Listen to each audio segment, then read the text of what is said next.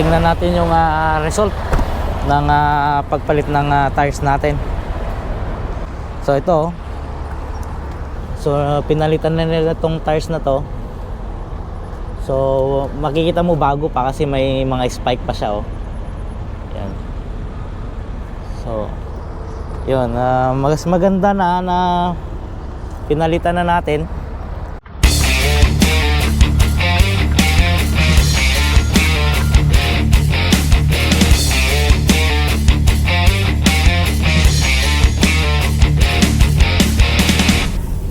Hello, magandang umaga sa inyo.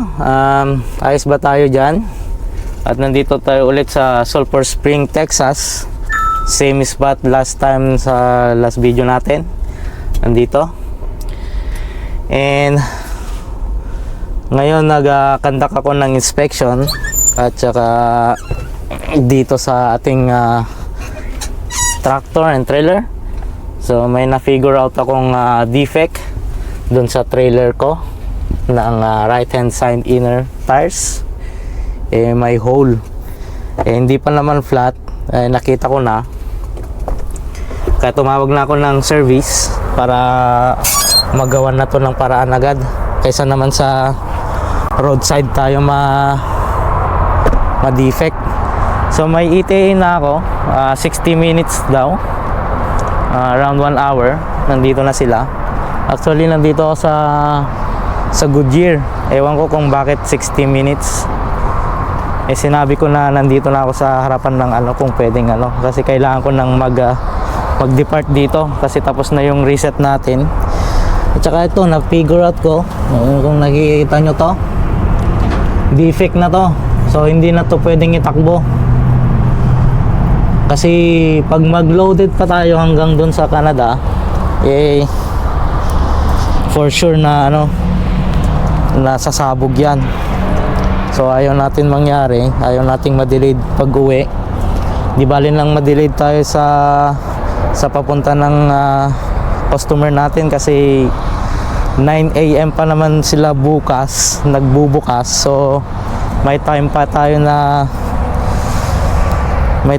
sa pag service nito kaysa naman na So hindi ko siya nakita kanina nung nag-conduct ako. Nung ni-roll ko siya, doon ko nakita. Kaya importante talaga yung mag-conduct ka na inspection, lalo na dito sa tires. So the same spot pa rin ako noon na last time na dito ako lagi. Sinasabi ko na papunta ng Laredo, Texas, saka pag uwi sa Canada, dito ako lagi. Dito yung lagi yung naubusan tayo ng oras. Saka dito pa rin kasi dito nandito na yung service, mga fuel kung sakaling wala kang fuel. So pwede nating kaya pwede nating i-service agad kung may defect agad. Maulan na dito ngayon dito sa Sulphur Spring at saka malamig siya, hindi siya like dati na dito na sa Texas. Pagdating mo sa Texas sobrang sobrang tawag dito, sobrang init. So iniintay natin yung service na dadating kasi sabi ko I need right away para makapunta na ako ng Laredo. So yun guys, at gagawin ko ngayon, tatawagin ko muna yung dispatch kasi inform ko sila.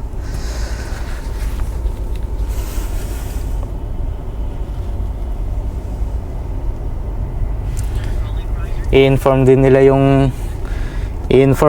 yung customer. Well, wala namang delayed to kasi 9 AM pa naman bukas.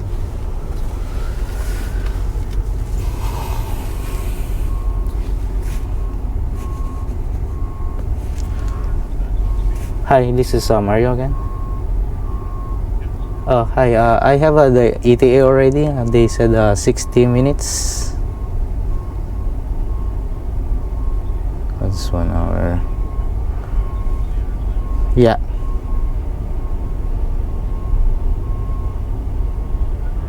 Okay, yep. Thank you very much.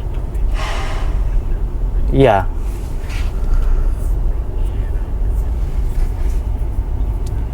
Yeah, I have time for tomorrow because they open 9 a.m. tomorrow, right? For my, yes. Yep, thank you. Okay, bye-bye. Yeah, so ganun lang yung setup. Inform lang para hindi walang misunderstanding na mangyayari. Kasi inform nila dun sa customer kahit na walang delayed. Supposed to be na mag-depart na ako ngayon. Ang aga ko pa rin pumunta doon kasi 12 midnight sila nag-close. So bukas pa rin naman yung bukas pa rin naman yung deliver tsaka pick up ko 9 a.m. So yeah, ganun.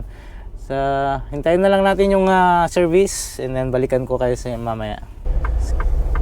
Yeah, pupunta tayo dito sa Goodyear. Dito sa punta tayo sa curbside nila. Sa harapan kasi ito exit lang magano muna tayo. Tawag dito. Slow down muna tayo kasi hindi po na tayo conduct ng inspection natin dito sa Ilag kasi sayang yung hours na ma-accumulate natin.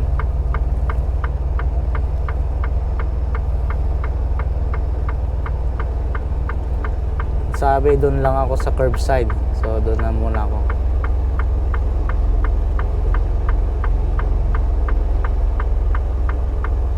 Naka off duty pa ako.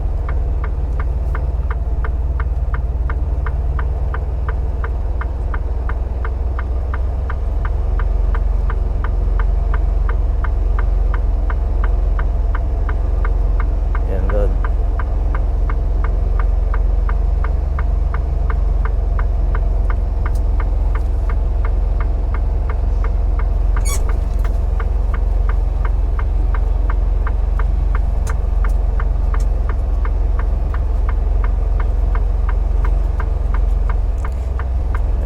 Bilis din pala yung service, no?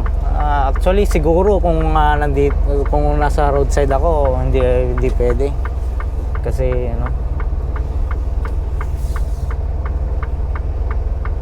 matagal yon pag service nila kasi per hour yung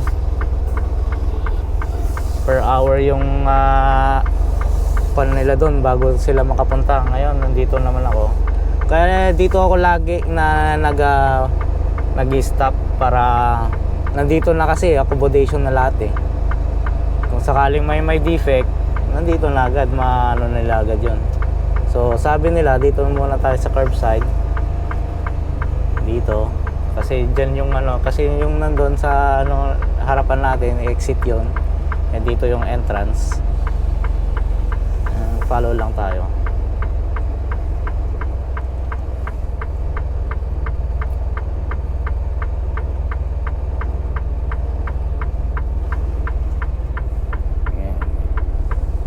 Yung nila, tires and repairs, kaya buti na lang nakita ko agad yon at saka talagang ganun talaga na you have to conduct your inspection all the time, especially when before you going to on the road, na kailangan mong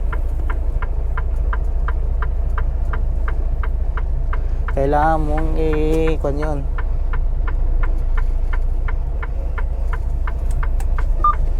Kailangan mong inspeksyonin lagi yung mo kaysa naman sa daan ka tawag dito ma-delayed.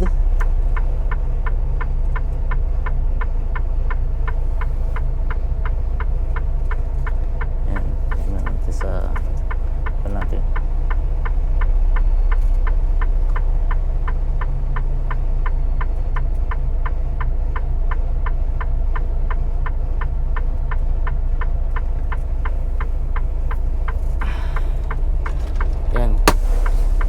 ulit tayo.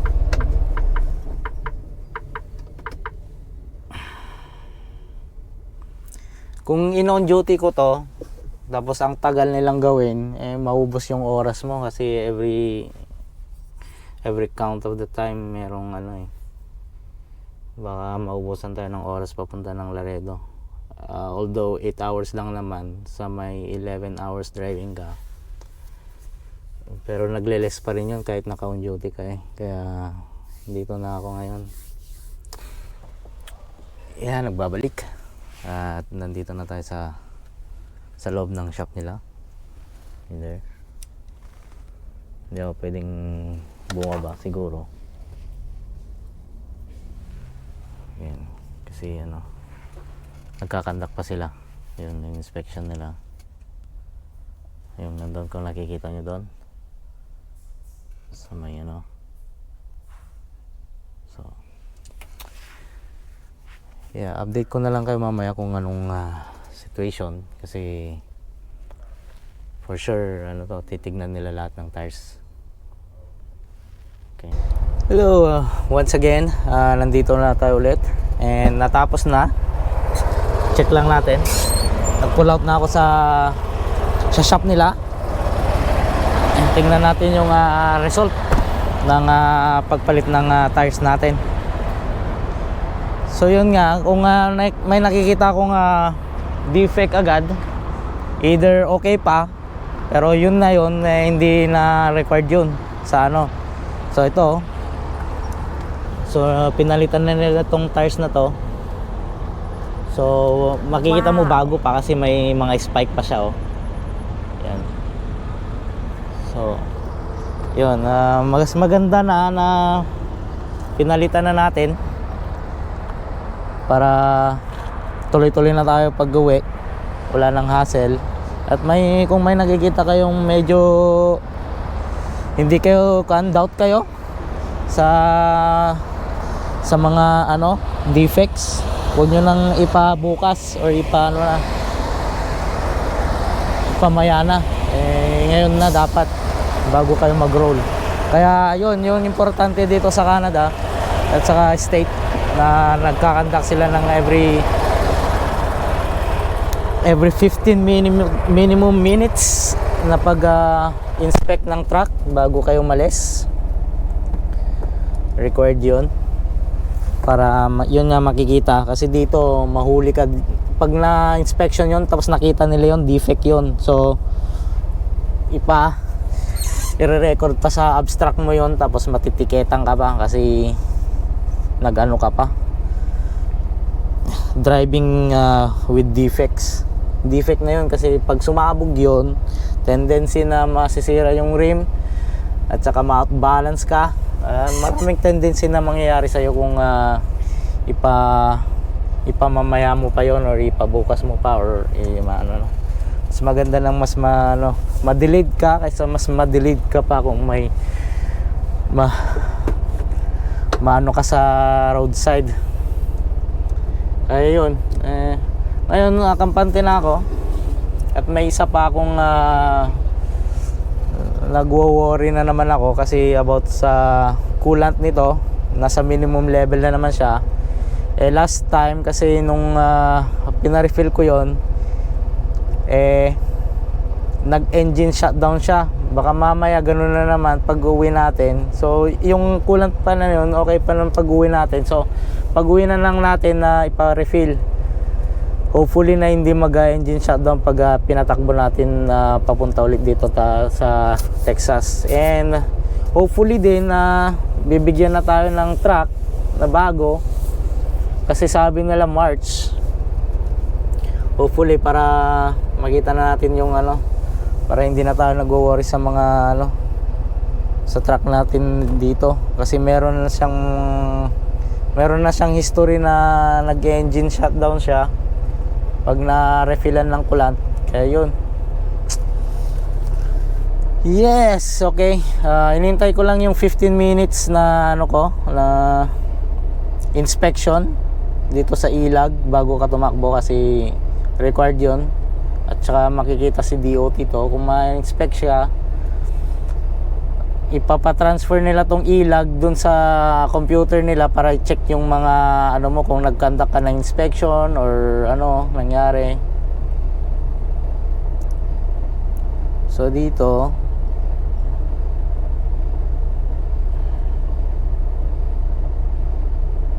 trailer, i-save ko lang yung ano, sasabihin ko lang yung reason why na nag-off duty ako sa ano, sa reset natin ng 10 hours para alam nila. Left hand pala yon, left hand side. Yun, so sinabi ko na yon na may ano.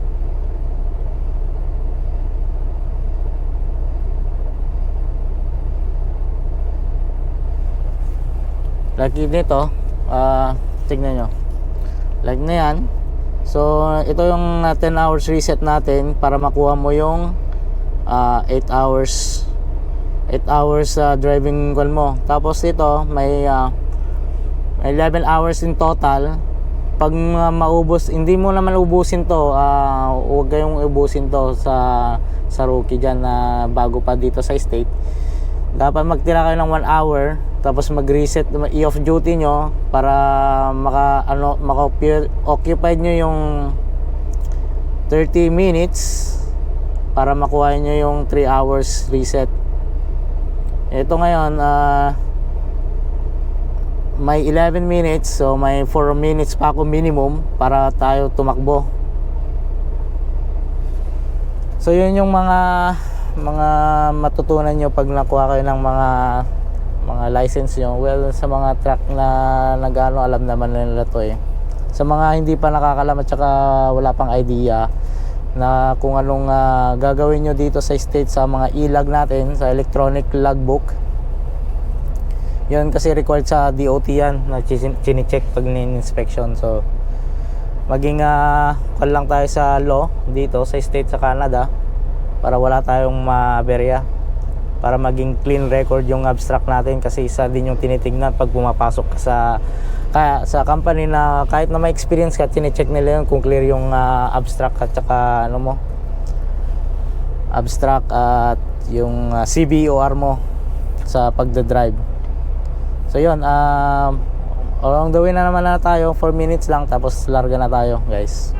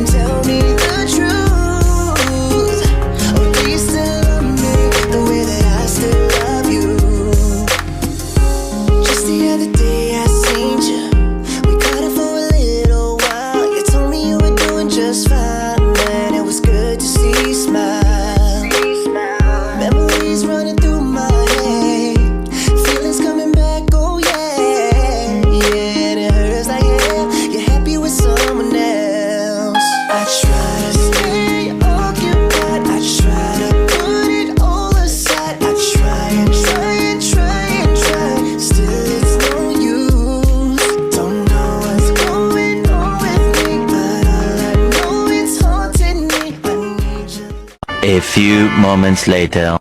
Nandito tayo sa Bell County, Texas, ng rest area dito. Ayan. Ayan. Diba? At bili tayo ng pagkain natin kasi ilang pang 6 hours pa yung driving natin para makarating tayo sa Laredo. Ayan, dito tayo, rest area, storm shelter. Ayan.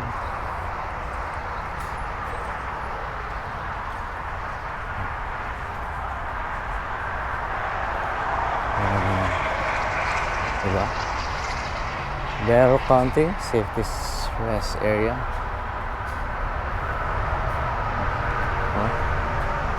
Yeah, so nandito tayo kasi gusto kong bumili ng pagkain.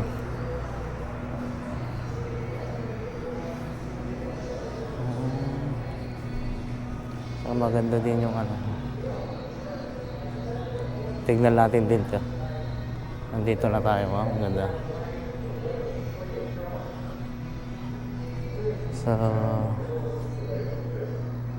dito yung mga history.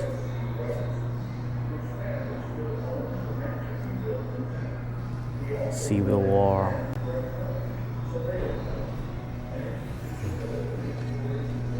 Ang ganda tong place na to.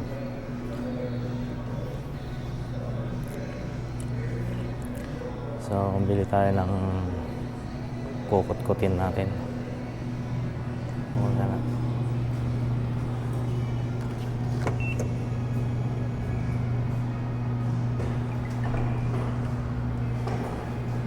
Pwede dito. Wala naman akong gusto dito.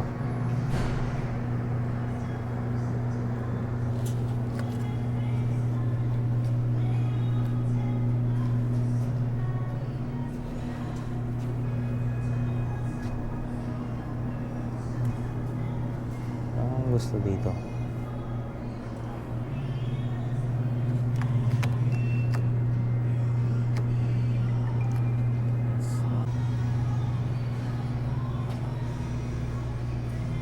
Puro mga ganito yung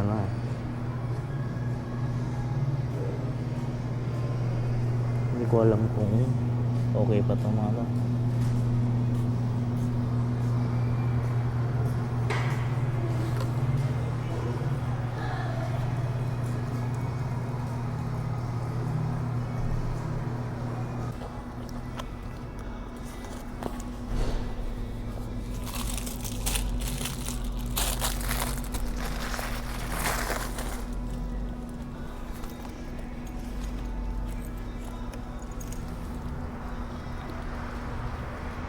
Ayan, so nabili tayo ng pagkain at tara na sa buli ako ng coke ulit para pangtanggal umay. At dito may mga kainan din, may picnic area. Ayan din. Ayan, so.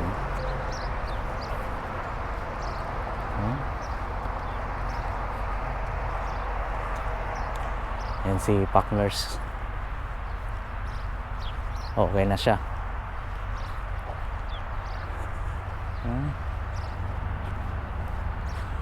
Maulan dito at saka 7 degrees ang temperature dito sa Texas. Mostly pag pumupunta ako dito 28 degrees na eh. Pag dito sa So may 5 hours pa tayo. I mean 6 hours I think. 6 hours drive pa tayo papunta ng Laredo. Sa customer na tayo magpalipas ng gabi. Tsaka ito ulit. Tsaka ito, lagi kong chine-check to. Every time na stop ako. At dito ang importante kasi ayaw nating mahulog yung trailer natin. Baka mamaya may nag-pull out.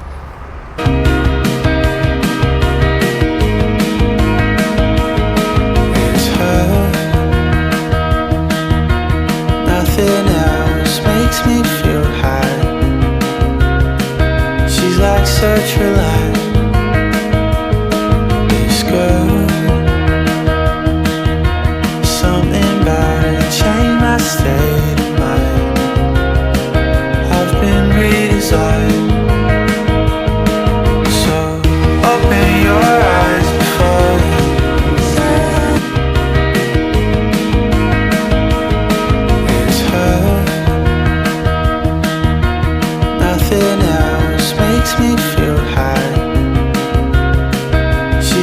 such a light. It's good.